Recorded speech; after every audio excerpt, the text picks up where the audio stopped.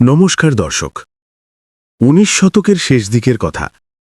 তখনও আধুনিক প্রযুক্তি আজকের মতো এত সহজলভ্য নয়।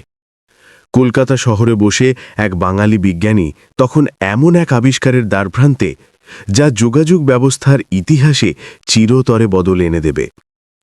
আজ আমরা জানব আচার্য জগদীশচন্দ্র বসুর এক বিস্ময়কর সত্য ঘটনা। সময়টা 1895। যখন ইউরোপে বড় তরঙ্গ দৈর্ঘ্য নিয়ে গবেষণা চলছে, ঠিক সেই সময় জগদীশচন্দ্র বসু তার ল্যাবরেটরিতে প্রমাণ করলেন অত্যন্ত ক্ষুদ্র বিদ্যুৎ চুম্বকীয় তরঙ্গ, যা আমরা এখন মাইক্রোওয়েভ নামে জানি, তা তৈরি করা এবং নিয়ন্ত্রণ করা সম্ভব। তরঙ্গ দৈর্ঘ্য ছিল মাত্র কয়েক মিলিমিটার, যা আজকের আধুনিক যোগাযোগের ভিত্তি। তিনি এই তরঙ্গকে শুধু আবিষ্কারই করেননি, তিনি এটি ব্যবহারের মাধ্যমে এক পরীক্ষাও করেন।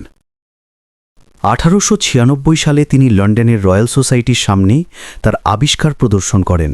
প্রেরক যন্ত্র থেকে অদৃশ্য তরঙ্গ পাঠালেন তিনি। সেই তরঙ্গ পাশের ঘরে রাখা গ্রাহক যন্ত্রে পৌঁছাল, আর তার ফলশ্রুতু বেজে উঠল একটি ঘণ্টা। শুধু তাই নয়, তিনি এই তরঙ্গ দিয়ে দূর থেকে একটি বারুদ ভর্তি পাত্রে আগুন ধরিয়ে দেখান। এটি ছিল বিশ্বের সামনে বেতার যোগাযোগের এক সফল প্রদর্শনী। ব্রিটিশ বিজ্ঞানীরা হতবাক, কিন্তু জগদীশচন্দ্রের কাছে বিজ্ঞানের মূল্য ছিল আরও গভীর। তার বন্ধু ও সহকর্মীরা তাকে এই যুগান্তকারী আবিষ্কারের পেটেন্ট নিতে অনুরোধ করেন, কিন্তু বসু তা দৃঢ়ভাবে প্রত্যাখ্যান করলেন। তিনি ঘোষণা করেন, বিজ্ঞান কোনো বাণিজ্যিক পণ্য নয়, এটি মানবজাতির কল্যাণের জন্যে উন্মুক্ত হওয়া উচিত। ফলে তিনি এই প্রযুক্তির বাণিজ্যিক মুনাফা থেকে নিজেকে দূরে সরিয়ে নেন।